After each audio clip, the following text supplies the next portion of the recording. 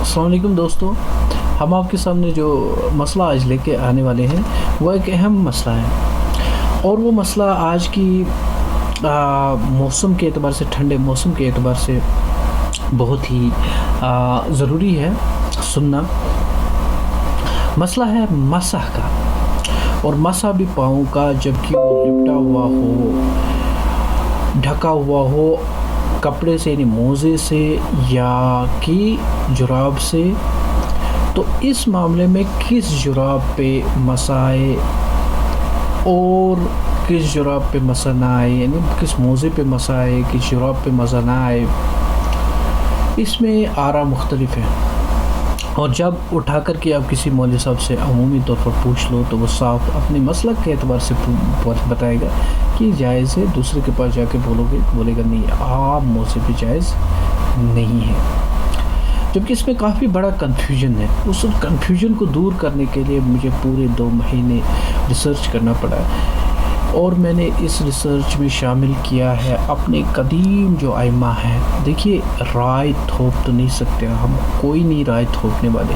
ہم جب بھی شرعی مسئلہ، فقہی اور اجتہادی مسئلہ اٹھاتے ہیں تو ہم جو اپنے ائمہ ہوتے ہیں، قرآن، حدیث، اجتہاد، قیاس کو لے کر کے جو قدیم ائمہ ہے جنہوں نے تدوین فقہ کیا ہے، جنہوں نے اجتہاد کر کے رکھا ہے، ان کی اور جدید جو ہوتے ہیں ان کی رائے ملا کر کے ہم آپ کے پاس تحقیق لاتے ہیں، اور کنسیپٹ کلیئر کرنے کی ضرورت ہے۔ کوئی تکفیری حکم لگانے کی ضرورت دیکھیے بہت ہوا، ہم نے ایک دوسرے پر کفر کے فتوے بہت لگائے، اب بہت حد ہوئی، اب سنبھلنے کی ضرورت ہے۔ دیکھیے، کثرت میں وحدت، کنسپٹ کلیئر کر لو کہ کثرت میں وحدت ہی رہنے دو۔ ایک جماعت جو ہے، کچھ لوگ جو ہیں وہ قائل ہیں ہر ایک موضوع پہ مسح کرنے کے، اور ان کے پاس حدیث موجود ہے، روایت موجود ہے، تو رہنے دو۔ جب وہ اس روایت کو اس حد تک مان لیتے ہیں جو حد انہیں صحیح لگتے ہو، تو پھر تکفیری فتویٰ مطلب ہے۔ اور دوسرے وہ لوگ ہیں جو قائل نہیں ہیں ہر ایک موضوع پر مسح کے، میں ان لوگوں کو بولتا ہوں جو قائل ہیں کہ ان پر تکفیر کا مسئلہ اور ان پر ناسمجھی کا مسئلہ نہ لگائیں۔ میں نے جتنی تحقیق کی اس میں پتہ چلا کہ اس میں ائمہ کی جو رائے ہے وہ کافی واضح ہے، اور نہ کرنے والوں کی اس لیے جو استدلال ہے، ان کا جو اجتہادی قوت ان کی ہے، ان کا جو استدلال ہے، ان کا جو قیاس ہے اس مسئلے میں، وہ کافی وزن رکھتا ہے وہ۔ تو چلیں، تمہید کے بعد ہم آگے جانے دیں مسئلے کو۔ اس سے پہلے میں اور ایک تمہیدی بات یہ کہوں کہ یہ جو ہماری کثرت ہے، جو کثیر رائے ہیں، اختلافی رائے ہیں، یہ ہمارے علوم کو جنم دیتی ہے۔ ہمارے اسلامی علوم ذخائر موجود ہیں، اسماء رجال پر جن نے روایتیں دی ہیں، رعایتیں ہمارے پاس لائی ہیں، ان اصحاب کی، ان کے تابعی کی ساری لائف ہسٹریز ہمارے پاس موجود ہے۔ ہم کھنگالتے ہیں کسی روایت کو تو جرح و تعدیل کو دیکھتے ہیں، اسماء رجال کو دیکھتے ہیں، سوانح عمریوں کو دیکھتے ہیں، ان راویوں کی سوانح عمر، ہزاروں راویوں کی سوانح عمریہ ہمارے پاس موجود ہیں۔ تو اس وجہ سے کہ اگر ہم کسی حدیث پر عمل کرتے اور دوسرا شخص جو ہے وہ اس کا قائل نہیں ہے، وہ اس درایت پر جرح و تعدیل کرتا ہے، تو بہرحال ہمیں قبول کرنی چاہیے، ایک دوسرے کی رائے اور تکفیر سے بچنا چاہیے، کیونکہ جو کرنے والے ان کے پاس روایت موجود ہے، اور جو نہ کرنے والے ان کے پاس اچھی خاصی جرح تعدیل موجود ہے، اس کی اچھی خاصی جرح موجود ہے، جو میں نے دیکھی آپ کے سامنے حاضر ہے۔ اور یہ سارا جو ہے وضو کے تناظر میں ہے، اور وضو جو ہے وہ ثابت ہے ایک آیت سے، سورہ مائدہ کی، جس میں کہا گیا ہے، میں آیت کو پڑھتا ہوں آپ کے سامنے۔ سورہ مائدہ کی ایک آیت ہے جس سے سارا کا سارا وضو آپ کے کلی کرنے سے لے کر آپ کے پاؤں تک کے سارے مسائل اسی ایک آیت سے نکلتے ہیں، اور وہ آیت ہے سورہ مائدہ کی، اذا قمتم الی الصلاۃ، جب آپ نماز کے لیے اٹھو، فاغسلوا وجوہکم، بس غسل کرو، نہاؤ، دو ڈالو، فاغسلوا، دو ڈالو، کس کو؟ وجوہکم، اپنے چہرے کو، وہ ایدیکم اور اپنے ہاتھوں کو الی المرافق کوہنیوں تک. تو لٹرلی اور ٹیکنیکلی کوہنیوں تک کو کوہنیوں سمیت کے معاملے میں لیا گیا ہے، کوہنیوں سمیت کے قیاس میں لیا گیا ہے. پھر آگے آیت کا دوسرا جملہ جو ہے، آیت کا دوسرا پارٹ جو ہے پھر ہے وَمْسَحُوا، مسح کر لو اور مسح کر لو اور مسح کر لو. کس کا؟ رؤوسکم، اپنے سروں کے، وارجلکم اور اپنے پاؤں کے، الی الکعبین، ٹخنوں تک. تو لٹرلی اور ٹیکنیکلی ٹخنوں سمیت لیا گیا ہے، اس کا معنی فقہ میں.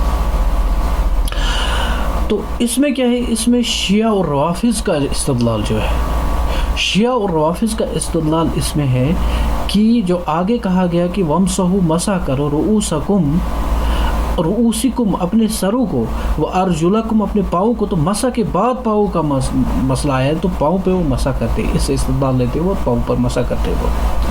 جبکہ اہل سنت حضرات، سارے اہل سنت کے ساری جماعتیں جو ہیں، وہ چاہے حنفیہ ہوں، شوافی ہوں، مالکی ہوں، حنبلیہ ہوں، یا اہل حدیث غیر مقلدین حضرات ہوں، ساری کے سارے جو ہیں اس کو دھونے کے قائل ہیں. اس میں دو چیزیں ہیں. پہلا نقطہ، باریک نقطہ ہے، یہ میں کہہ رہا ہوں کتنی خوبصورت لٹریچر ہے اسلام کا، اور کتنی وسیع نظری ہے ہماری ائمہ کی، اور کس طرح سے مسئلوں کو وضاحت کی گئی ہے. دیکھ لیجیے آپ، ایک نقطہ ہے، باریک نقطہ ہے، وہ اسی آیت میں نقطے میں کہا گیا کہ جہاں پہ چہرے کو دھونے کے بارے میں کہا گیا اور ہاتھوں کو دھونے کے بارے میں کہا گیا، تو وہاں پہ زبر کے ساتھ معاملہ ہے. جیسے کہ وجوہکم، ہاں پر زبر ہے، اور ایدیکم دال پہ زبر ہے. پھر آگے جا کر جہاں پہ مسح کا مسئلہ ہے، رؤوسکم سین پہ زیر ہے، وَأَرْجُلَکُمْ پاؤں پہ زبر ہے. تو تین چیزوں پہ زبر کے بنیاد پہ نقطہ انہوں نے نکالا کہ بھائی ایک گریمیرین نقطہ نکالا انہوں نے منسلک کر کے کہ بھائی اس کو پاؤں کو دھونا ہی ہے، یہ فرض ہے اہل سنت حضرات کے سامنے. تو اس میں کیا ہے کہ اب دوسری چیز جو آتی ہے کہ یہ باریکی جو انہوں نے اس میں لی ہے، وہ بڑی دیکھنے کی اور بڑے حیران ہونے کی چیز ہے کہ ہمارے جو بڑے تھے، جو ہمارے ائمہ تھے، جنہوں نے فقہ تدوین کی ہے، ان کے پاس کتنی سمجھ بوجھ تھی، ان کے پاس کتنا بڑا علم تھا، ان کے پاس کتنا بڑا قیاس تھا اور اجتہاد تھا. اس پہ داد دینے کی ضرورت ہے. تو شیعہ اور روافض کے بغیر اس آیت سے استدلال پاؤں کو دھونے پر ہے. دوسرا استدلال بہت بڑا استدلال ہے، وہ حدیث کا ذخیرہ ہے. سارے اہل سنت والجماعت کے پاس جتنے بھی جملہ احادیث کی کتب ہیں، ان میں دھونے کا تذکرہ موجود ہے باضابطہ پاؤں کے. اور اس سے دوسرا استدلال جو نکلا ہے، دوسرا ہمارا جو پوائنٹ ہے، اس سے استدلال بنتا ہے پاؤں کو دھونے کا. اب موزہ جو ہوتا ہے،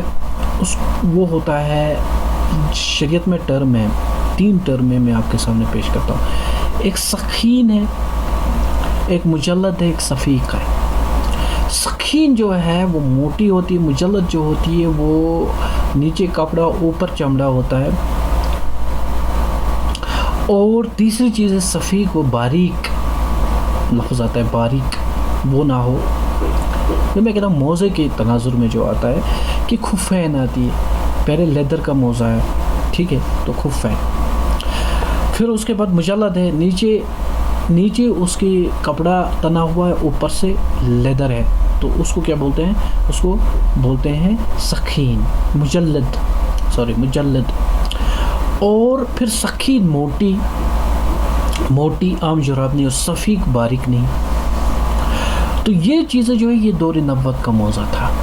دور نبوت کا موزہ اور دور نبوت کا نالین، دو چیزیں.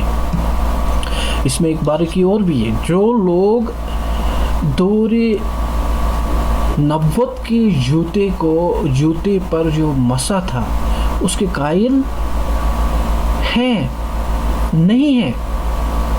آج کے دور پر قیاس کر کے. میں سمجھاتا ہوں، جو لوگ یہ کہتے ہیں کہ دور نبوت میں جو نالین لگاتے تھے، نبوی نالین جو لگائی جاتی تھی اس دور میں، آج کی جو چپل ہوائی وغیرہ پہنتے ہیں وہ اس پر قیاس نہیں کرتے، اور دوسری طرف موزے کا جب مسئلہ آتا ہے تو موزے کو ٹھیک دور نبوت کے موزے کو آج کے موزے پر بھی قیاس کر کے مسح کرتے ہیں، وہاں سے نالین کے خلاف کرتے ہیں، یہ تحقیق سے مجھے پتہ چلا۔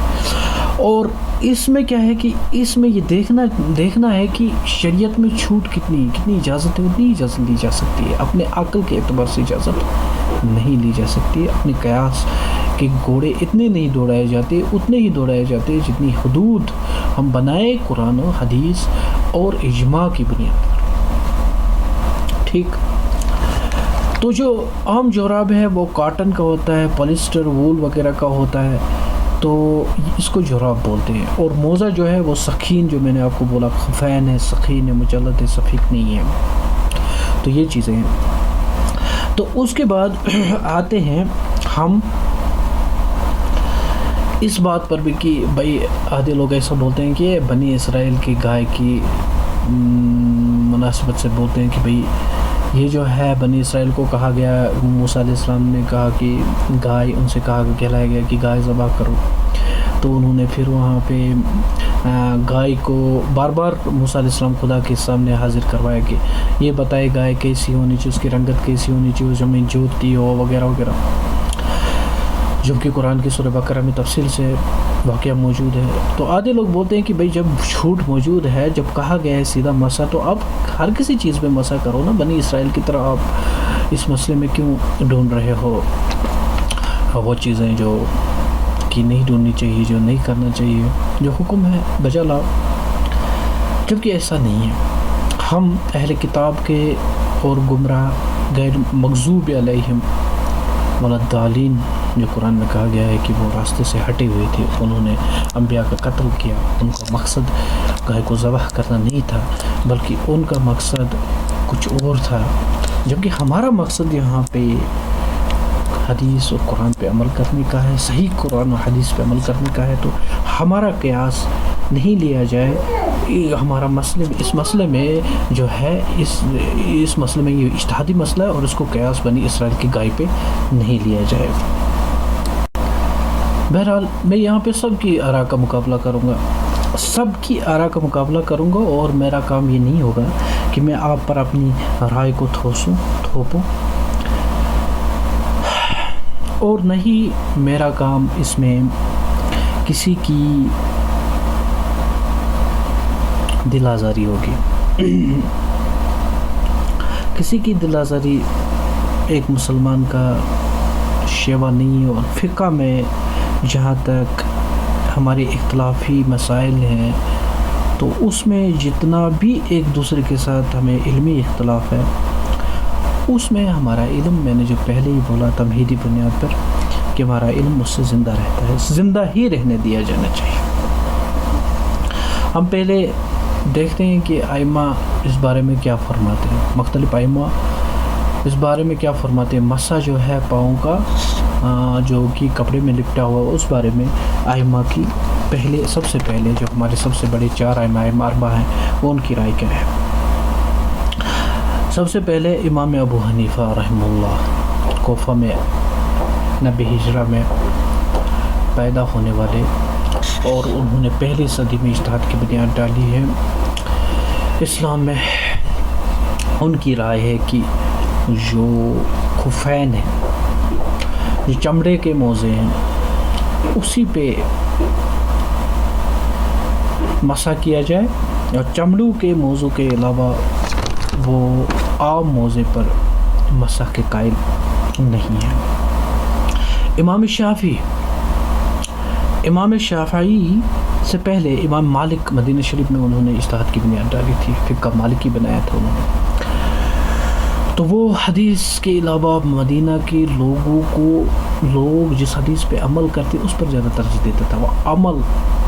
جس کے پاس جب حدیث آتی تھی وہ دیکھتا تھا کہ جمہور مدینہ شریف میں اس حدیث پہ عمل کیسے ہوتا ہے، کیونکہ حضور کی وفات مدینہ میں ہوئی، اور مدینہ میں اس وقت جو کہ لوگ کرتے تھے اس کو زیادہ ترجیح دیتے تھے، جو کہ حدیث اس تک آتی تھی، اس سے زیادہ قول سے زیادہ وہ فعل مدینہ شریف کے لوگوں کے عمل کو دیکھ کر کے فقہی مسئلہ کو کی ترجیح بنیاد بناتے تھے اپنے فقہ کے کسی بھی عمل کو، وہ بنیادی ترجیح بات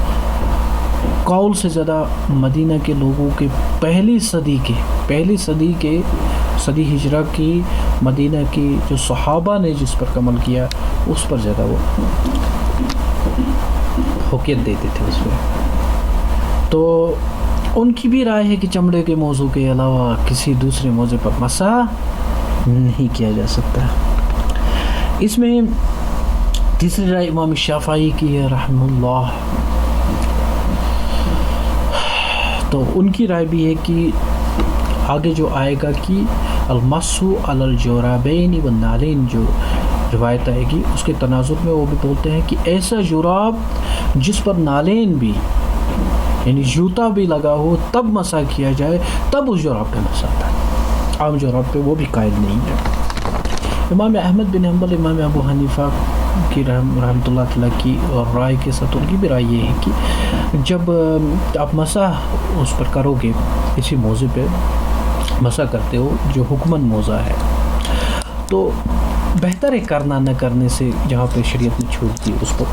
قبول کیا. اس میں جو جمہور ائمہ ہے، یہ بات پوری طرح سمجھ لیجئے کہ جمہور ائمہ جو ہے، جمہور ائمہ میں امام شافعی کی رائے، امام مالک کی رائے ہے، امام ابو حنیفہ رحمہ اللہ کی رائے ہے. جمہور کے نزدیک، اہل سنت والجماعت میں جمہور کے نزدیک یہ جو عام جوراب ہے، جورب، ان عام جورب میں کوئی حجت نہیں ہے کہ اس پہ ہم قیاس کریں اس صورت میں کہ جو کچھ ہم نے وہ موضوع کی شرائط میں بولی ہے. یہ بات بھی سمجھنے کے لائق ہے جن 10 اصحاب نے، جن کے پاس اس بات کی دلیل جو اس بات سے 10 اصحاب کی لے رہے ترمذی کی حدیث سے، تو انہوں نے موضع پہ مسح کرنے کے بارے میں بولا ہے لیکن موضع کی حیت نہیں بولی اس قسم کا موضع. تو اس بات سے بھی یہ بات حجت میں نہیں آتی ہے کہ وہ عام جورب جو ہے اس سے مراد وہی موضع نہیں ہے. اور دوسری بات، یہ جو کچھ ائمہ جو کہ متاثر ہوئے تھے نیو سلفزم سے اور بعد میں وہ اس کے بانی بھی ٹھہرے، اور یہ امام احمد بن حنبل کے سکول آف تھاٹ سے، انہوں نے کہے جا کر کے پھر بعد میں اجازت دے دی کہ بھائی جا کر کے بولا کہ پھر انہوں نے بولا کہ جو کوئی بھی چیز آپ ونٹر میں یا عام حالات میں اپنے پاؤں پہ لپیٹتے ہو اس پہ مسح کر. پتہ نہیں ان کے پاس کون سی چیز حجت میں آ گئی، لیکن ان کے پاس جو حجت میں ہے وہ علت ہے، اور وہ علت جو ہے وہ سردی کی ہے. اور وہ سردی کی علت میں یہ چیز لیتے ہیں کہ بھئی یہ ونٹر کا موسم تھا، سردی کا موسم تھا، اس کی علت میں لے لو کہ بھئی یہ علت ہے، اور اس علت میں حجت قائم کرتے ہیں وہ لوگ کہ بھئی جو بھی موضوع ہے آپ نے لپیٹا ہے تو آپ بغیر پوچھے اس پہ کر سکتے ہو اور بغیر اس میں چون چرا کر سکتے ہو. ان میں جو سرفرست ہے امام تیمیہ ہیں، امام البانی ہیں، تو ہمارے دور جدید کے ان سے متاثر اور ان کے جو خاص پیروکار محدث ہے امام ابن باز. تو ان چند گنے چنے اشخاص جو ہیں تو جن سے متاثر ہو کر باقی کچھ جدید قسم کے سلفسٹس ہیں جنہوں نے اس چیز کو اب ساری چیزوں میں لے لیا ہے، ساری قسم کے موضوع میں لے لیا ہے، اور علت کو انہوں نے ٹھنڈ قائم کی ہے، جبکہ جمہور کے نزدیک علت جو ہے وہ سخین کی ہے، وہ جورابین کی نہیں، وہ موضع کی ہے، اور وہ جو ہے وہ اس چیز کی ہے کہ انہوں نے کن شرائط کو لیا ہوا تھا اور نبوی دور کا جو موضع تھا وہ کس چیز کا تھا، بنا ہوا تھا. تو یہ بات یہاں پہ وضاحت کرنے کے لائق تھی کہ کچھ اشخاص جبکہ ان کی قلیل تعداد ہے اور وہ اس کے قائل ہیں، ان میں امام البانی اور امام تیمیہ ہیں. تو حنبلی مسلک کو جنہوں نے کافی شدید تر کر دیا، پھر بعد میں ہم ایسا کہہ سکتے ہیں کہ وہ پھر جو سلفیزم ہے جن سے پھر بعد میں محمد بن عبد الوہاب کافی متاثر ہوئے علیہ رحمہ، جنہوں نے پھر بعد میں سعودی عربیہ میں کافی ریفارمز کی ہے. تو وہ سارے لوگ جو تھے وہ ایک اسکول آف تھاٹ سے تھے جو تھوڑا سا ہٹ کے تھا مین اسکول آف تھاٹس سے، جو کہ سنی اسکولز میں ہے. تو اس چیز کو لے کر کے اب آگے ہم کلام کریں گے، اور جو کلام آپ کے سامنے پیش ہوا اس میں وہ حجت ہے، اور وہ حجت نبی موضوع کی. اور یہ بات بہت اہم تھی جو مجھے آپ کو یہاں پہ ضروری بتانا تھا. امام ترمذی نے نقل کی ہے ابو مقاتل سمرقندی سے ایک روایت، جو کہ کرنے والے عام موضوع پر جرابوں پہ مسح کرنے والے جس روایت کو عمومی طور پر بتاتے ہیں وہ ابو مقاتل سمرقندی کی ہے. تو وفات سے 3 روز قبل وہ ابو حنیفہ رحمہ اللہ کے پاس آئے تھے، تو انہوں نے 2 جرابیں پہن رکھی تھی، تو ان 2 جرابوں پہ انہوں نے مسح کیا تھا اس ٹائم وضو کے وقت. تو انہوں نے فرمایا تھا کہ میں نے آج وہ چیز کی جو میں نے اپنی عمر شریف میں کبھی نہ کی. اس سے استدلال لیتے ہیں نہ کرنے والے ترمذی کی حدیث سے کہ بھائی یہ جو ہے یہ ہم نے وہاں سے انہوں نے رجوع کیا تھا اپنے مسئلے میں. جب انہوں نے بھی رجوع کیا تھا تو ہمیں پھر کوئی دوسری چیز اس میں نہیں دیکھنی چاہیے. میں اس کی بھی باریکی آگے بتا رہا ہوں. قاضی ابو یوسف اور محمد، امام محمد اور قاضی محمد یوسف، قاضی ابو یوسف اور قاضی محمد، یہ 2 بڑے جلیل القدر کبار شاگرد ہیں امام ابو حنیفہ کے، جن نے فقہ حنفی کی تدوین کی ہے اور یہ صاحبین مانے جاتے ہیں. یہ بھی لفظ جو سخین آیا ہے، موٹائی، فقہ کے بنیاد میں پرنسپل بنائے جاتے ہیں اور پرنسپلز پہ پوری عبارت قائم ہوتی ہے. اور جب مسئلہ بنایا جاتا ہے تو پرنسپلز کی بنیاد پہ بنایا جاتا ہے، اصول کی بنیاد پہ بنایا جاتا ہے. جو وہاں پہ سخین لفظ آیا، مجلد، سخین، تو انہوں نے بولا ہے کہ نہیں، موٹا زیادہ جراب جو ہوگا زیادہ موٹا، تو اس میں بھی انہوں نے قیاس کیا اس پہ، تو انہوں نے اس پہ جواز کا کہیں پہ فتویٰ بھی، ان کی رائے جواز کا بھی ہے اس میں، لیکن بہت موٹا جو عام طور ہم پہنتے اس کا نہیں. اس میں جو عمومی طور پر موضوع پر مسح کے بارے میں ہم اب بات کریں گے. اور موزے جو کہ سخین ہیں، لیدر کے ہیں، موٹے ہیں، مجلد ہیں، نیچے کپڑا ہے، اوپر لیدر ہے، جو کہ دور نبوت کا موزہ ہے، جس کو موزہ کہیں. یہ تواتر کے ساتھ حدیث موجود ہے، اس کی تواتر کے ساتھ حدیث موجود ہے کہ یہ جائز ہی نہیں، بالکل جائز ہے اور اس کو لینا چاہیے. جب بھی آپ کو موٹا جو موزہ پہنا ہوا جو مجلد ہو، نیچے کپڑا اوپر لیدر ہو، لیدر کا ہو، خفین جسے بولتے ہیں وہ ہو، تو سخین جو موٹا ہو، تو ایسی مجلد ہو، خفین ہو، تو اس پہ آپ مسح کر لو. تواتر کے ساتھ حدیث موجود ہے. یہاں پہ جو میں وہ باریکی بتانے والا ہوں ابو مقاتل سمرقندی کی، جو انہوں نے جن کی حدیث کو ابو صالح ترمذی شریف میں جو حدیث آئی ہے، تو اس میں یہ باریکی میں بتا رہا ہوں کہ حدیث وہاں پہ رسول اللہ صلی اللہ علیہ وسلم کی نہیں آئی، ابو حنیفہ رحمہ اللہ کی آئی. تو آپ کنفیوز ہوئے ہوں گے. باریکی یہ ہے کہ حدیث لٹرلی میننگ ہوتی ہے حدیث کی حضور کا قول جو وہ بولے، حضور کا فعل جو وہ کرے، حضور کی تقریر کبھی وہ بتائے تو خاموش رہیں. اور پھر اس کے بعد حدیث ہے صحابے کا قول، صحابی کا فعل اور صحابی کی تقریر، اس کو بھی حدیث بولتے ہیں. اور تیسری بات ہے کہ ایک تابعی کی جنہوں نے وہ صحابہ کو دیکھا ہو ایمان کی حالت میں اور ایمان کی حالت میں اس دنیا سے گزرے ہوں، ان کا بھی قول، ان کا بھی فعل اور ان کی بھی تقریر، تینوں چیزیں حدیث میں آتی ہیں. جو کہ آپ نے اوپر ابو مقاتل سمرقندی کی حدیث میں ابو حنیفہ کے جو مشہور تابعی ہیں اور آدھوں کے نزدیک وہ صحابی، انہوں نے 6 صحابہ کا خود وہ تابعی ہیں، تبع تابعی نہیں ہے بلکہ تابعی، انہوں نے 6 صحابہ کا خود دیدار بھی کیا تھا. تو یہ روایت آدھے قبول کرتے آدھے نہیں کرتے ہیں. البتہ مشہور تابعی اور بہت زمانہ ان کا جو ہے وہ صحابہ کے ساتھ بالکل لڑی کی طرح جڑا ہوا تھا. تو اس میں یہ چیز آپ نے دیکھا کہ تابعی کا بھی اور صحابہ کے قول فعل تقریر کو بھی حدیث میں شامل کیا گیا ہے. ایسا حافظ ابن حجر عسقلانی بھی مشکات شریف میں شرح میں بولا گیا ہے, اور ایسا محدث دہلوی نے بھی بولا ہے, اور ایسا جملہ احادیث کی کتابیں اٹھا کر کے بھی آپ دیکھ سکتے ہو, جس کی دلیل میں نے اوپر ترمذی شریف سے دیکھی. اب دیکھیں گے کسی بھی چیز میں 3 چیزیں دیکھنی بہت ضروری ہے. کسی بھی مسئلے کو بنانے کے لیے 3 چیزیں دیکھنی ضروری ہے کہ روایت جو ہے وہ خبر واحد ہے, خبر مشہور ہے, یا پھر وہ خبر متواتر ہے. خبر واحد وہ حدیث ہوتی ہے جو ایک شخص روایت کرتا ہو, اس نے رسول اللہ صلی اللہ علیہ وسلم سے سنی, قول فعل یا تقریر اس نے آگے کہہ دی, صحابہ سے سنی, تابعی سے سنی. جبکہ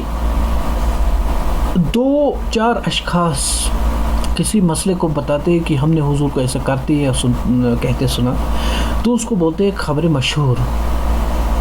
اور تیسری چیز ہوتی ہے جس کو خبر متواتر بولتے ہیں, تواتر,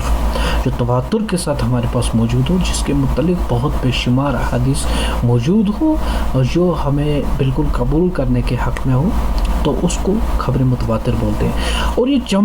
چمڑے کے موضوع پر جو سخین ہو, جو مجلد ہو, اور جو میں نے آپ کو بولا ہے کہ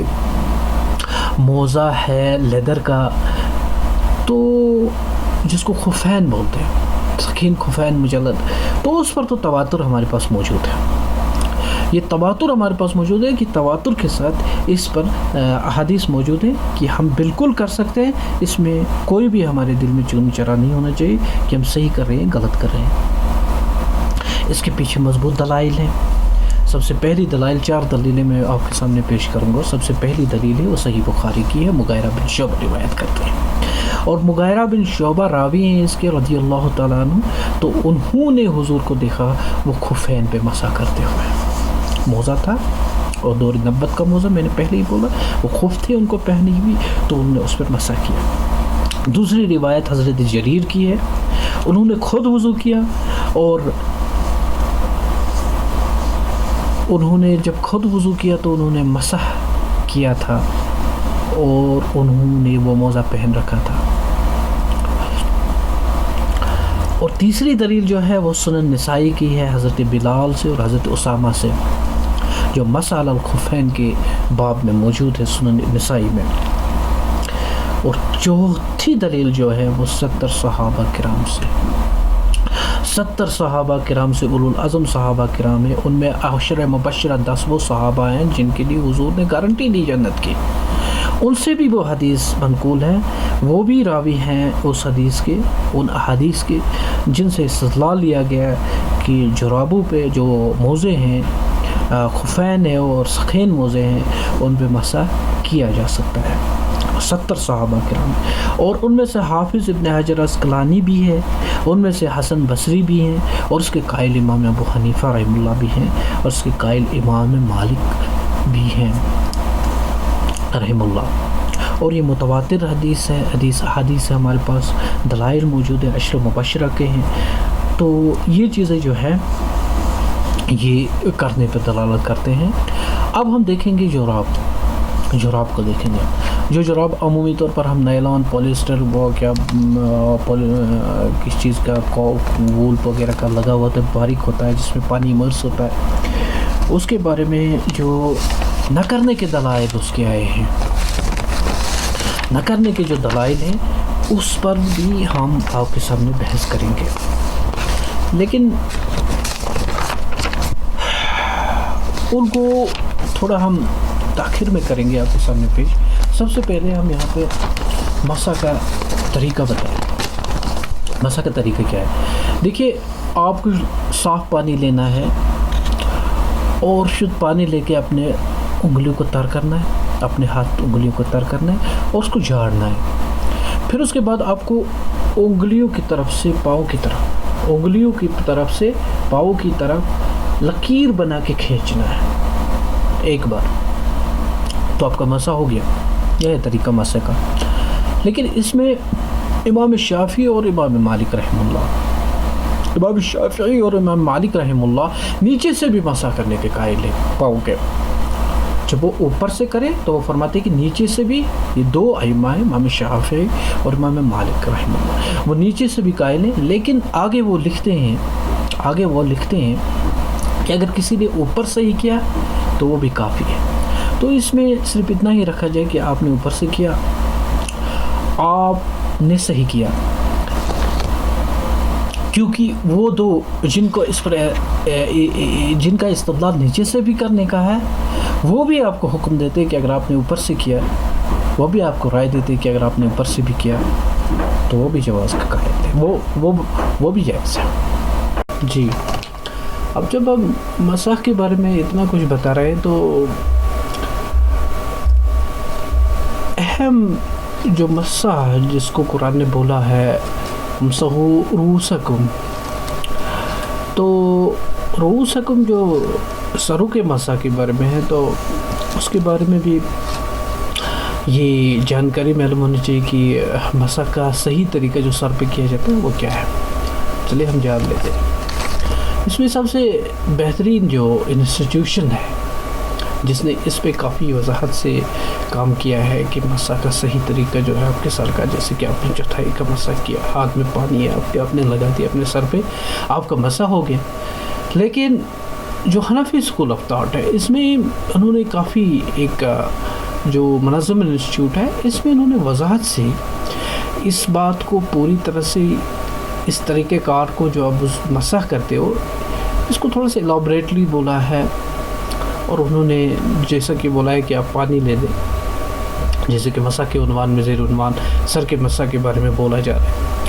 تو پانی لینا ہے، پھر اس کے بعد آپ کی انگلیوں کے ساتھ ٹچ کریں، ٹھیک، اس کے بعد آپ نے سر پہ ایسے رکھنا ہے اور پیچھے لے جانے کے بعد آگے لے جا کر کے پھر ایسے، یہ آپ کا سر کا مسح ہے۔ پھر اس میں وہ بول رہے ہیں کہ آپ کے کانوں کا جو مسح ہے، یہ اب انگوٹھا اور انگلی تین آپ نے سر کے مسح کمپلیٹ، پھر انگلیاں اور انگوٹھا اس میں ایسے ڈال کر کے کان کے اندر انگوٹھا اور انگلی سے ہو گیا کان کا مسح۔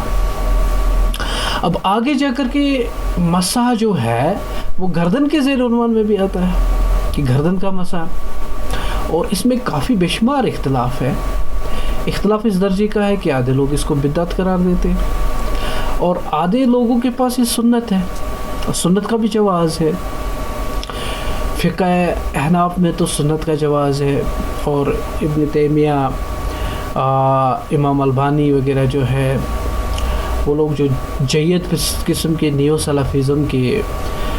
ماننے والے ہیں، وہ کبھی کبھار اس کو غیر ضروری بھی قرار دیتے، لیکن جن لوگوں کے پاس، جن لوگوں کے نزدیک یہ سنت ہے، تو اس کا طریقہ کار اب آپ کے پچھلے رہتے ہیں۔ آپ نے یہ تین استعمال کیے سر پہ، انگلی اور انگوٹھا سر کی کانوں پہ استعمال کیا، اب آپ کے پچھلا سائڈ، اپنے ہاتھوں کا پچھلا سائڈ رہتا ہے، تو بول رہے ہیں اپنے ہاتھوں کے پچھلے سائڈ سے اپنی گردن پہ ایسے تھوڑے سے پھیرا جائے۔ تو اس میں کافی بڑی ریسرچ کی ہے سائنسدانوں نے، اس میں ایک سائنٹسٹ کی ریسرچ یہ آئی ہے کہ بھائی اس سے جو آپ کا بلڈ پریشر کا توازن جو اوپر جاتا ہے سر کی طرف، اور جو ہارمونل بیلنس ہوتا ہے آپ کے سر میں، تو پھر پوری باڈی میں، تو وہ بیلنس میں رہتا ہے۔ یہ چیز ان کی ریسرچ ہے۔ بہرحال ہمیں سائنس کو ثانوی درجہ میں رکھنا چاہیے اور سنت کو پہلوی درجے میں رکھنا چاہیے، اور یہ اس زمین میں یہ بات ہے۔ اب مسح کی مدت کی طرف جاتے ہیں۔ یہ صفوان بن اسال کی حدیث ہے۔ حضرت صفوان سے روایت ہے کہ اس سے لیا گیا ہے مسئلہ کہ سفر میں 3 دن اور 3 رات، سفر میں 3 دن اور 3 رات، اور حضر میں مقیم ہو آپ، تو 1 دن 1 رات آپ وضو کر سکتے ہیں، کس پہ؟ اپنے موضوع پہ۔ اس میں ایک باریکی ہے امام مالک رحمہ اللہ مدت کے بھی قائل نہیں ہے۔ یہ تو ائمہ باقی ثلاثہ ہے، جمہور ائمہ ہے، جبکہ امام مالک رحمہ اللہ کہتے ہیں کہ اس میں مدت کی کوئی قید نہیں ہے، آپ مدت کے بغیر ہی. آگے وہ فرماتے کہ اگر ہر جمعہ کو آپ یہ کریں کہ ہر جمعہ کو آپ اٹھا کر کے اپنا موضوع اتار کر کے دھو لے پاؤ تو آپ جمعہ سے جمعہ تک آپ کر سکتے ہو، اس میں مدت کی کوئی قید نہیں ہے. جبکہ اس مسئلے میں جو ہے جو مدت کی قائل نہیں ہے امام مالک، اس حوالہ کو لیا گیا ہے مسند امام احمد سے. مسند امام احمد حدیث کی مشہور کتاب ہے، اس سے راوی ہے میمونہ ام المومنین، حضرت میمونہ راوی ہیں، ان سے یہ مسئلہ لیا گیا ہے. امام مالک نے لیا ہے کہ اس میں آپ کو مدت کی کوئی قید نہیں ہے، بہتر ہوگا کہ جمعہ کو پاؤں دھویا جائے.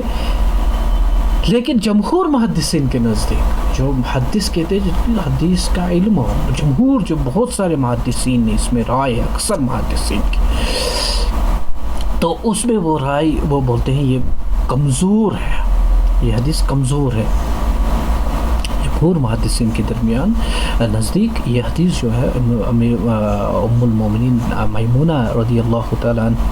عنہ کی اور مسند امام احمد میں اس کی بنیاد کو کمزور قرار دیتے ہیں. تو بہتر ہے جو جمہور ہے ان کی رائے ہے کہ 3 دن 3 رات جو مسافر ہے اور جو مقیم ہے وہ 1 دن اور 1 رات. ٹھیک اسی طرح سے خاتمہ مسح پہ بات کرتے ہیں کہ مسح کن چیزوں سے انویلڈ ہو جائے گا، مسح کن چیزوں سے ختم ہو جائے گا. تو مسح ختم ہو جاتا ہے سب سے پہلے جب آپ پر غسل واجب ہو جائے. غسل واجب ہو گیا اس میں مسح کی تو کوئی قیاس ہی نہیں ہے، اس میں آپ کو پورا غسل کر لینا ہے اور پاؤں سے جراب کو اپنے موزے کو اتار کر کے مسح کر لینا ہے، غسل کر لینا ہے. نمبر 1. نمبر 2، جب آپ کا یہ موزہ جس پر آپ نے مسح کیا ہو وہ اتر جائے یا آپ نے نکال دیں، اس کو نکال دیں یا اتر جائے، خود اتر جائے، کیسے وہ پاؤں سے چھوٹ گیا، نکل گیا، تو اب آپ کا جو پاؤں دھونا پڑے گا. اگر آپ وضو سے ہیں اور آپ نے وضو کی حالت میں مسح کیا ہے تو پاؤں دھونا پڑے گا، اور اگر آپ بے وضو ہیں وضو کرنے کے وقت پاؤں دھونا پڑے گا وضو کر کے. اور اگر وضو سے ہیں پاؤں پہ مسح کیا ہوا ہے، پاؤں سے نکلا موزہ، تو اس ٹائم کیا کرو گے، اس ٹائم پاؤں کو دھو لو گے، پورا وضو نہیں کرو گے. اور تیسری چیز جو ہے وہ مدت مسح کا ختم ہو جانا. مطلب آپ نے 1 دن 1 رات مقیم کی حالت میں اور سفر کی حالت میں 3 دن 3 رات بتائے ہوں، اور امام مالک کے نزدیک 1 ہفتہ بتایا ہو،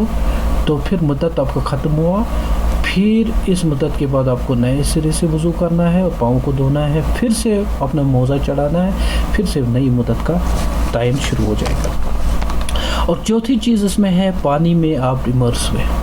پانی میں آپ کا موزہ چلا گیا، بھیگ گیا، اور وہ برابر بھیگا کہاں تک، وہ اس نے آپ کو پاؤں بھگو دیا. تو ایسی حالت میں بھی آپ کیا کرو گے کہ آپ اتار کر کے آپ خالی پاؤں دھو گے، اور اگر آپ وضو سے نہیں ہو تو پھر آپ وضو کرو گے. اب پھٹے ہوئے موزے کے بارے میں آتے ہیں. اب پھٹا ہوا اگر موزہ ہو، بالکل سوراخ دار موزہ ہو، تو امام احمد بن حنبل اور امام شافعی رضی اللہ تعالیٰ رحمۃ اللہ علیہ، دونوں اصحاب کے نزدیک، امام احمد بن حنبل اور امام شافعی رحمۃ اللہ علیہ دونوں اصحاب کے نزدیک، اگر آپ کے موزے میں سوراخ ہوں تو آپ کا پھر اس میں وہی قیاس ہے کہ مرس ہوگا پانی اندر، تو اس میں آپ کو مسح نہیں کر سکتے ہو آپ. جبکہ امام مالک کے نزدیک اگر 1/3 قدم سے زائد ہو تو پھر آپ مسح نہیں کر سکتے ہو ایسے موزے پہ. لیکن امام ابو حنیفہ رحمہ اللہ فرماتے ہیں کہ 3 انگلیوں سے زائد اگر ہو تو آپ اس میں نہیں کر سکتے ہو مسح، اور اگر 3 انگلیوں سے کم ہو تو آپ اس میں مسح کر سکتے ہو اگر پھٹا ہو 3 انگلیوں سے کم. اس میں اب ہم جو کچھ متفرق مسائل بتائیں گے، وہ مسائل بتائیں گے ہم اجتہادی مسائل کی طرف آئیں گے.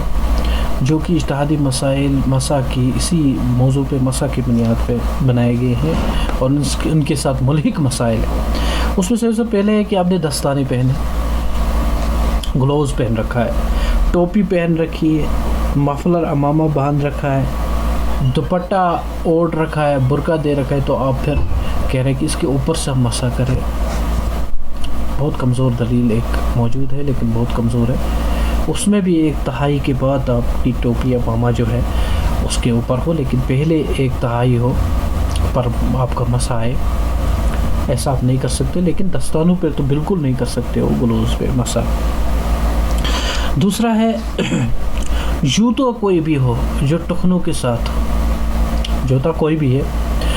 اور وہ ٹخنوں تک بندھا ہوا ہو, تو امام شافعی کی رائے ہے کہ ایسے میں آپ مسح کر سکتے ہو. اور تیمم, یاد رکھو تیمم غسل کا بدل ہے. اب آپ غسل واجب ہے, پانی کی وہ شرائط ہے جن میں آپ کو تیمم کرنا ہو, تو اس میں پھر آپ کو پاؤں پہ مسح کی ضرورت نہیں ہے. غسل کے وقت آپ کو اگر تیمم کرنا ہو تو اس میں آپ خالی تیمم کریں گے, جو کہ تیمم کرنے کا شریعت میں جو حکم فقہ میں موجود ہے. ایسے اس وقت آپ کو پاؤں پہ مسح کرنے کی ضرورت نہیں ہے. اور چوتھا مسئلہ ایسا کہا گیا کہ آپ نے غسل کیا تو غسل کرنے کے بعد مسح انویلڈ ہوا. مثال, آپ کو غسل کرنے کی حاجت پڑی تو اس وقت جب آپ کا غسل ٹوٹا تو اس وقت آپ کا مسح انویلڈ ہوتا ہے, پاؤں کا مسح انویلڈ ہوتا ہے. پھر پاؤں سے اتارنا ہے, پھر نئے سرے سے غسل کرنا ہے اور پاؤں دھونا ہے. ایک اہم مسئلہ ہے کہ پانی بہت کم ہے اور اس سے خالی آپ کا چہرہ, ہاتھ, بازو وغیرہ دھوئے جاتے ہو. مسح کے پاؤں کے لیے پانی نہیں رہ رہا ہو تو اس وقت فقہی کنڈیشن ایکسٹریملی کہا جاتا ہے کہ آپ اس وقت اگر بالکل کم پانی ہے تو اس وقت آپ کر سکتے ہو مسح. کوئی پانی بہت مضر ہے, الرجن ہے, اس سے آپ کو الرجک پرابلم ہو جاتی ہے, تو ایسے میں آپ مسح اس سے کر سکتے ہو. اسی طرح سے آپ کا زخم ہے, زخم پر پٹی ہے, اور زخم کی جو پٹی بندھی ہوئی ہے اس میں پانی جانے سے نقصان ہے. چاہے وہ پٹی پھر پاؤں میں ہو, ہاتھ میں ہو, بازو میں ہو, کہیں بھی وضو کرنے کے اعضاء پہ موجود ہو, تو آپ وہاں پہ مسح کر سکتے ہو. اور اگر اس سے بھی آپ کو مسح سے بھی تکلیف ہو تو پھر ایکسٹریم نہیں جا کر کے آپ کو معاف کر دیا گیا. اسی طرح سے پٹی کے درمیان کے حصہ, 2 جگہ پٹیاں باندھی ہوئی, بیچ میں درمیان کا حصہ ہے, اس پر بھی آپ مسح کرو, اس پر بھی اسی کا حکم ہے, مسح کا حکم ہے. اور ٹوٹی ہوئی ہڈی ہے جس پر پلاسٹر چڑھا ہو, اس پر بھی آپ پراکسیمل ڈسٹلی, یعنی آپ نیچے سے ڈسٹلی پراکسیمل نیچے سے اوپر کی طرف آپ بدن کی طرف لکیر بنا کے اپنے شدھ پانی سے لے لو, آپ نے مسح کیا, ہو گیا آپ کا. ٹھیک اسی طرح سے اس میں کہا گیا ہے کہ چہرہ یا ہاتھ پاؤں پھٹ گیا, شدید پھٹ گیا ہو, شدید شو پھنس گیا ہو, شدید شو ہے وہ پھنس گیا کسی ایسا پر یا پھٹ گیا, تو ایسی بنیاد پر آپ اس میں مسح کر سکتے ہو. اور پھر ایسا درد ہو جس میں پانی مضر ہے, اب پانی لگاؤ گے تو مضر ہے تو اس میں مسح کرو. اور زیادہ ہی ایکسٹریملی آپ جا رہے ہو کہ اس سے بھی آپ کو تر کرنے سے بھی یا پانی کی ہلکے سے مسح سے بھی, لکیر سے بھی آپ کو کوئی تکلیف ہو رہی ہے, تو وہ ایکسٹریم کنڈیشن ہے کہ اس میں بھی آپ مسح کر سکتے ہو. پھٹنے پہ آپ نے دوائی لگا رکھی ہے, وسلین یا اس جیسی کوئی چیز لگی ہوئی, اب چہرہ دھونا ہے, اب باقی ایسا دھونے ہیں, تو ایسی صورت میں کیا کرو گے کہ آپ دھو لو گے اس طرح سے کہ دوائی نہیں چھوٹنی چاہیے, کوئی حرج نہیں, خالی آپ دھو لو, دوائی مت چھٹاؤ. اور جب دوا چھٹ گئی تو پھر دھو لینا ہے, پھر انویلڈ ہو جاتا ہے, پھر آپ کو دھو لینا ہے. اسی طرح سے زخم اچھا ہوا تو پھر مسح جائز نہیں ہوگا. ٹھیک اسی طرح سے مسح نہ کرنے سے اگر ایکسٹریم واجب, اگر مسح نہ کرنے سے واجب کا ترک ہوتا, مسا نہ کرنے کے سے واجب کا ترک ہے، جیسے کہ آپ حج پہ گئے ہیں اور وقوف عرفات آپ سے 1 منٹ کے لیے بھی ختم ہو رہا ہے، 1 منٹ رہ رہا ہے، وقوف عرفات ختم ہو جائے گا، تو وہ واجب ہے آپ کو وقوف عرفات، فرض کے زمرے میں آتا ہے، واجب ہے۔ اور آپ کی جماعت نماز کا آخری نماز، وہ بھی تو اب اصول جب بنائے گئے تو جماعت نماز بھی واجب ہے، تو ایسی بنیادوں پہ۔ اور اگر وقت نماز فرض ختم ہو رہا ہے، وقت نماز فرض آپ کا اثر ختم ہو رہا ہے، آپ کو 1 منٹ رہا ہے، تو ایسی ایکسٹریم کنڈیشن میں جا کر کے آپ جلدی سے اپنی نماز کو پہلے ختم کر لو، تو فرض کو ختم ہونے مت دو، تو وہاں پہ جو آپ کو شریعت نے اجازت دے رکھی ہے اس اجازت سے آپ استفادہ وہاں پہ ایکسٹریم نہیں کر سکتے ہو، لیکن یہ کبھی کبھی کبھی کبھار زندگی میں ایسا ہو سکتا ہے، اس پر آپ دلالت نہیں کر سکتے ہو۔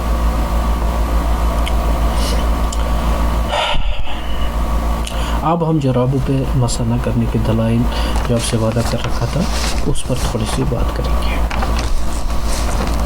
اور یہ ہمارے آخری پارٹ ہے اس کا، ہماری اس تحقیق کا آخری پارٹ ہے کہ جو لوگ جرابوں پر، عام جرابوں پر مسح نہ کرتے ان کے پاس دلائل ہے کیا، نہ کرنے کے دلائل ہے کیا، اور نہ کرنے کا جواز ہے کیا ان کے پاس، اور اس سے ثابت ہوگا کہ نہ کرنے والوں کے پاس بھی، ہم جرابوں پہ مسح نہ کرنے والوں کے پاس بھی مضبوط دلائل موجود ہے، اور ان کی نظر بھی کافی حد تک ہے، انہیں بھی نہ سمجھا جائے کہ ان کے دلائل کمزور ہیں یا ان کی سمجھ بوجھ کمزور ہے، اور انہوں نے عام جراب پہ کیوں نہیں اس چیز کا قیاس کیا ہے، یہ چیز عام جرابوں پہ کیوں نہیں لی ہے، تو یہ چیز، اس چیز میں دم نہیں ہے، ان کے پاس کافی دلائل ہے اور ان میں کافی دم ہے۔ اب یہاں پہ وہ ڈی این اے کرتے ہیں، پوسٹ مارٹم کرتے ہیں ان راویوں کی، اس روایت پہ، جب یہ روایت ہمارے پاس آتی ہے تو راویوں کا پورا ایک انالیسس ہوتا ہے، پورا انالیسس، ایک ڈی این اے انالیسس ہوتا ہے اس کا کی طرح، کہ جس میں پوری وہ علم اسماء رجال کو فٹ کرتے ہیں اور راویوں کو پورا جانچا پرکھا جاتا ہے کس راوی سے کہاں پہ حدیث منقول ہے، اور اس کی پوری لائف ہسٹری کو کنگال کے آپ کے سامنے پھر محدثین کی آراء پیش کی جاتی ہے۔ بہرحال دوسرے مضمون میں اس پر میں کافی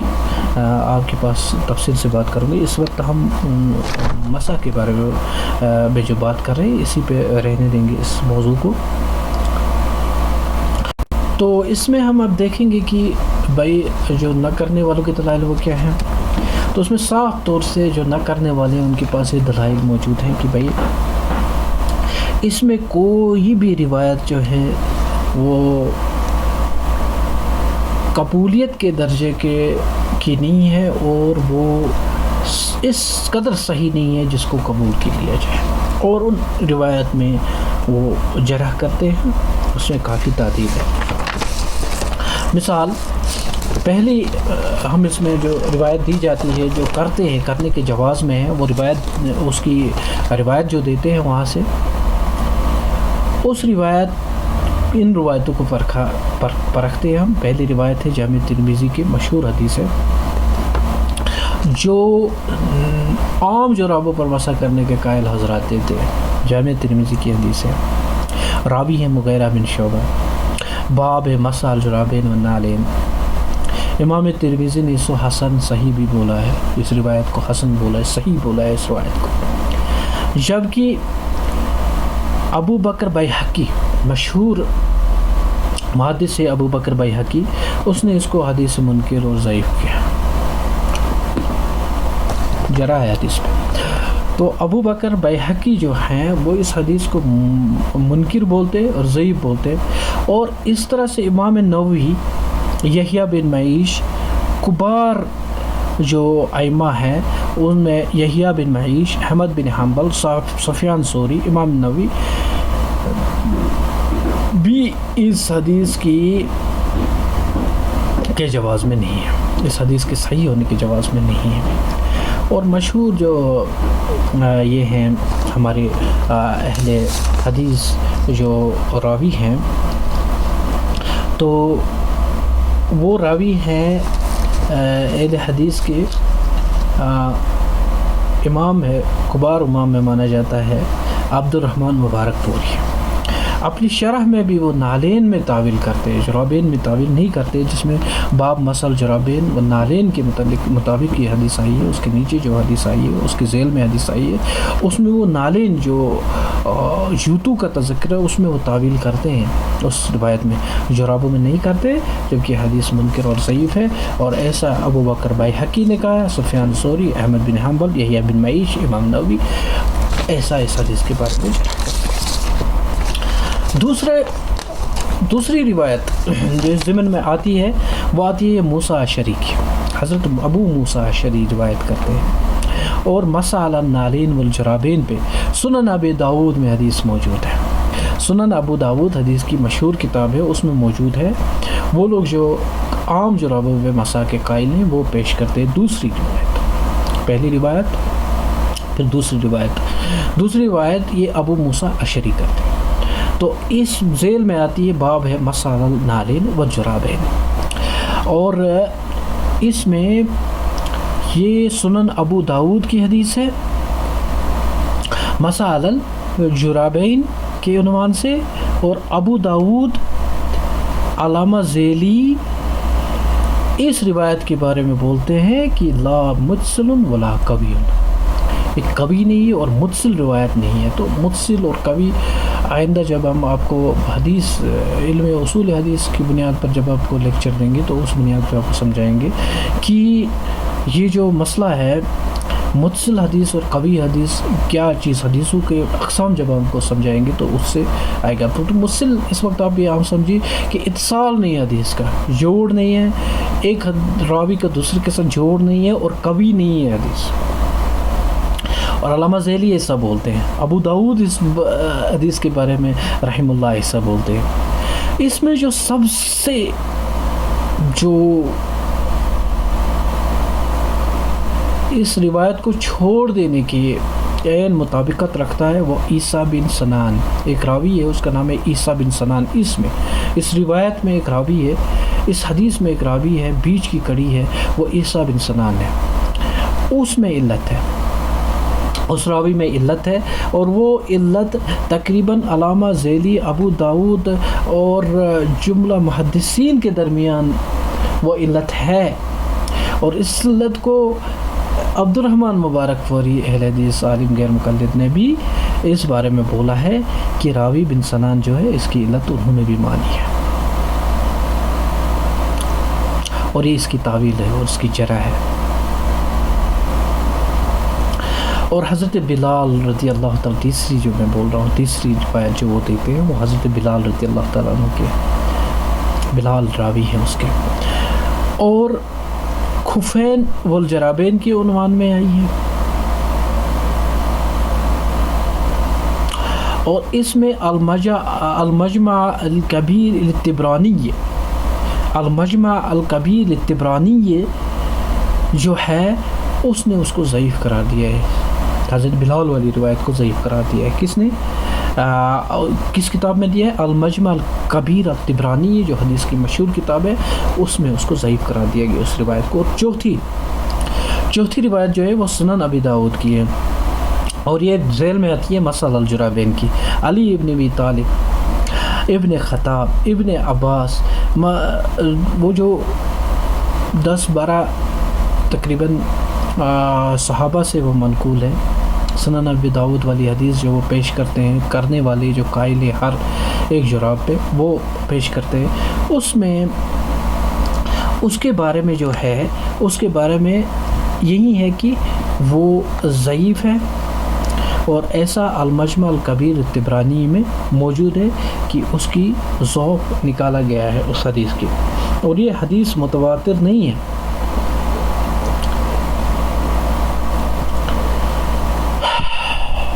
اور حدیث میں تواتر کی ضرورت بہت زیادہ ہے، اور نووی موضع، پھر تواتر، جہاں پہ شکوک ہے، جبکہ آپ کو اس مسئلے میں کافی جرح ہے ان روایات پہ، تو یہ زائد القرآن ہوگا، تواتر چاہیے۔ اب اس میں تقریباً ریگزین کسی حد تک جو امرس نہیں ہوتا ہو، جو سخین ہے، اور جو مجلد ہے اور جو خفین ہے جس میں پانی مرض نہیں ہوا تقریباً ریگزین بھی اس کے زمرے میں آئے گا، لیکن کبھی بھی اس کے زمرے میں آپ کا جو کاٹن، وول، پولیسٹر، یہ چیزیں اس کے زمرے میں کبھی نہیں آئیں گی۔ تو اس میں جو کہا گیا ہے کہ جو میں نے آپ کو سمجھایا ہے کہ 3 میل 1 فرسانگ یا 5.5 کلومیٹر چلے جانا چاہیے اس موزے میں، آدمی چل سکنا چاہیے یہ لگا کہ یہ موزہ جس موزے پہ وہ مسا کرتا۔ پھر اس کے بعد یہ کھڑا رہنا چاہیے کسی سہارے کے، دوسرا شرط ہے۔ تیسرا شرط ہے سکین ہو، موٹی ہو، جو میں نے آپ کو پہلے ہی بتایا، اور یہ کسی بھی صورت میں پتلی نہ ہو، اور یہ مجلد ہو، اگر آگے نیچے پیچھے آگے سے یا نیچے سے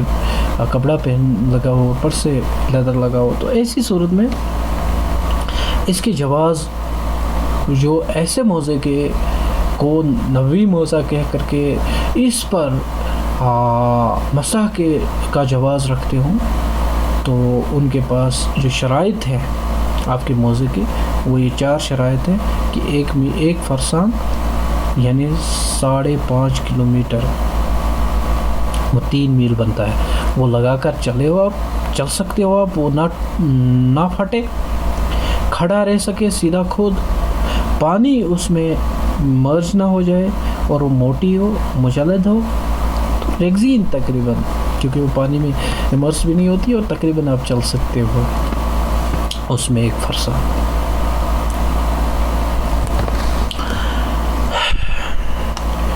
تو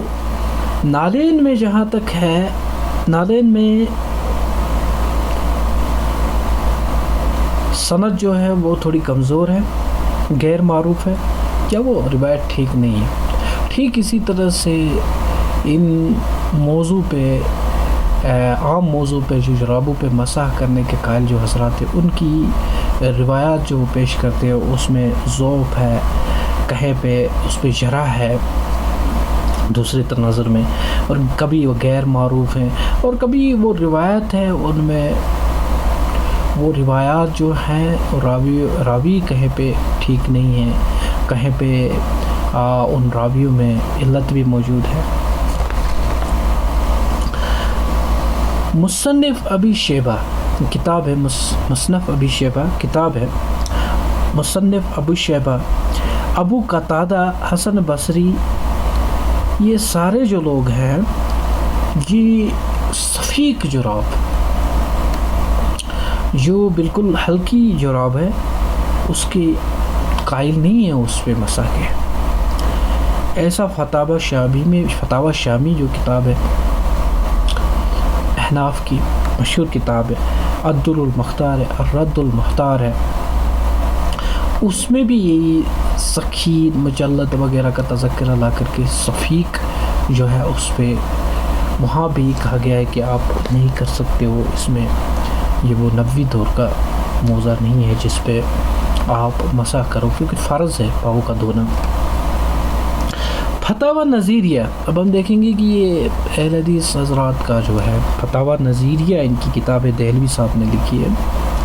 وہ بھی باریک جرابوں میں اس کے جواز میں نہیں ہے۔ مولانا ثناء اللہ امرتسری نے اس کے جواز کا فتویٰ دیا ہے، مگر اس بارے میں ابو برکات احمد اور مولوی یونس صاحب تو وہ اس پہ نکتے ابھار رہے ہیں۔ فتاوی ثنائیہ میں جو انہوں نے لکھا ہے ثناء اللہ امرتسری پہ،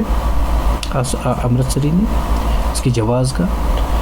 تو اس میں وہ لوگ بول رہے ہیں کہ یہ جو ہے ابو سعید شرف الدین دہلوی جو حدیث کے ایک اور عالم ہے صاحب ہے، انہوں نے بھی اس پر فرمایا ہے کہ بھئی اس پہ بات کی ہے، اور وہ بھی اس کی قائل نہیں ہے کہ زیادہ جو باریک ہے، صفیق ہے، اس پر ہم نہیں کر سکتے، عام جرابوں پہ نہیں کر سکتے ہیں۔ تو جیسے کہ میں نے بولا، مولوی برکات احمد، ابو برکات احمد اور مولوی یونس صاحب بھی اس کے خلاف ہیں، تو ان کو بھی اس میں نکتے ہیں، مولانا ثناء اللہ النصری کی، اور فتاوی نظیریہ ان کی کتاب ہے مشہور، تو اس میں بھی باریک جرابے پر مسائل۔ آخر پر میں ایک اور چیز میں نے بولا پہلے سے اس میں کنفیوژن ہے، اس کنفیوژن کو دور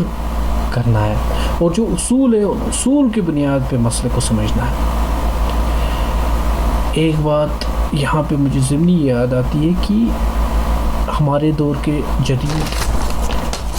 مفکر، مشہور مفکر علامہ مودودی علیہ الرحمہ، انہوں نے ایک اسٹوڈنٹ کے سوال کے جواب میں اس حدیث کو لایا تھا جو کہ امام ترمذی نے لائی ہے ابو حنیفہ رحمہ اللہ کی نسبت سے، اور اس حدیث کو انہوں نے پیش کیا ہے، اور اس حدیث کو پیش کر کے انہوں نے اس کا جواز کہیں اس اپنے اسٹوڈنٹ کو فرمایا ہے۔ تو اس میں انہوں نے فرمایا وہ انہوں نے وہاں پہ نقطہ ابھارا ہے، اس کے جواب میں وہ نقطہ ابھارا ہے، اور انہوں نے بولا ہے کہ بہتر ہے کہ جب ہمارے پاس حدیث موجود ہے، اور وہ آخر عمر شریف میں انہوں نے اس سے رجوع کر لیا تھا، لیکن میں نے جو تحقیق اب کیا آخر پہ جو اس کا حل ہے وہ یہی نکلتا ہے کہ میں نے جو اس کی بھی کی ہے، اور یہ جو میں نے اب جملہ محدثین جو بڑے ہیں علماء الحدیث ان کی بھی، اور میں نے اس کی جرح تعدیل بھی کی جو انہوں نے پیش کی ہے، حالانکہ اس حدیث میں بھی ضعف ہے۔ اس میں ایک بات یاد رکھو کہ کسی بھی صاحب کی آخری عمر، پہلی عمر، بیچ عمر، یہ چیز یاد نہ رکھو، بات یہ یاد رکھو کہ جو اس نے فرمایا اپنے عمر شریف میں جو اس نے کام کیا ہے، اور جو کام پیش کیا اس نے، اور جو اس کے اسٹوڈنٹس اس کام کو لے کے دنیا میں پھیلا رہے ہیں، اس میں جو انہوں نے اصول بنائے ہیں، اور اصول کی بنیاد پر جو مسئلہ بنایا ہمیں وہ لینا ہے، کیل اور کال کو چھوڑ کے۔ کبھی اس میں ایک اور جواز بھی پیش کیا جا سکتا ہے کہ بھائی جو مجتہد ہے، مجتہد کبھی بھی اپنی رائے سے ذاتی طور پر رجوع کر سکتا ہے کسی خاص وقت پہ، عوام پہ اس پر اطلاق، اور اس کے پورا جو کام ہے ان اصولوں کی بنیاد پہ بنایا ہو اس کا اطلاق عوام پہ نہیں ہوتا ہے، اس لیے اپنی نمازوں کو خراب کرنے کی ضرورت نہیں ہے، اس میں ضد اور ہر درمی کی کوئی ضرورت نہیں ہے۔ جہاں تک اس کی تحقیق کا میں نے جو تحقیق کی ہے اس میں یہ ثابت ہو جاتا ہے کہ بھائی آپ اس میں اتنی ہی شریعت میں اجازت لے لو جتنی شریعت نے اجازت دی ہے،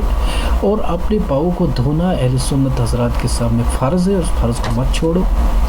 ہاں کہ تواتر کے ساتھ آپ نے لیدر پہنا ہو، لیدر کا مسئلہ سفید، آپ نے یہ جو ہے موٹا پہنا ہو، سفید نہ ہو،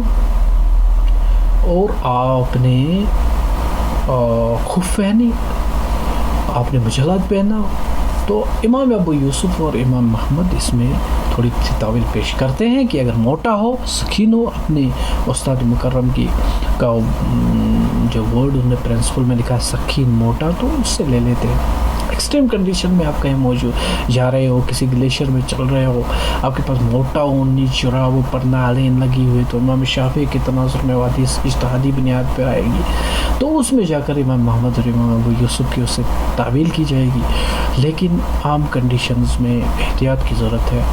میں امید رکھتا ہوں کہ آپ کو میرا کام پسند آیا ہوگا، میرے تحقیقی کام پسند آیا ہوگا، اور میں نے 2 مہینے کا جو کام آپ کے سامنے پیش کیا اس میں آپ کو کسی چیز کی سمجھ آئی ہوگی، اور انشاءاللہ العزیز اس مسئلہ کے تناظر میں آپ نے اس کو اچھی طرح سے سمجھا ہوگا۔ اللہ آپ کو، ہم کو عمل کی اور صحیح علم جانچنے پر رکھنے اور اس پر عمل کی توفیق عطا فرمائے۔ اللہ پاک ہم سارے مسلمانوں کو کثرت میں وحدت، اور جو نہ کرنے والے ہوں اور کرنے والے ہوں وہ بھی نہ کرنے والوں کو نیچ نگاہ سے نہ دیکھے، کم علمی کی نگاہ سے نہ دیکھے، اور جو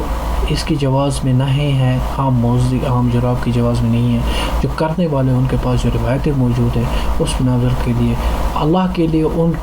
ان سے بھی تعرض نہ کرے، اس سے ہمیں فتنے ابھر سکتے ہیں، اس سے امت میں جو انتشار پیدا ہوگا اور اس انتشار سے بچے۔ اللہ پاک ہمیں اس انتشار سے ہمیشہ کے لیے بچائے اور ہمیں اتحاد اور اتفاق سے نوازے۔ وآخر دعوانا ان الحمد للہ رب العالمین۔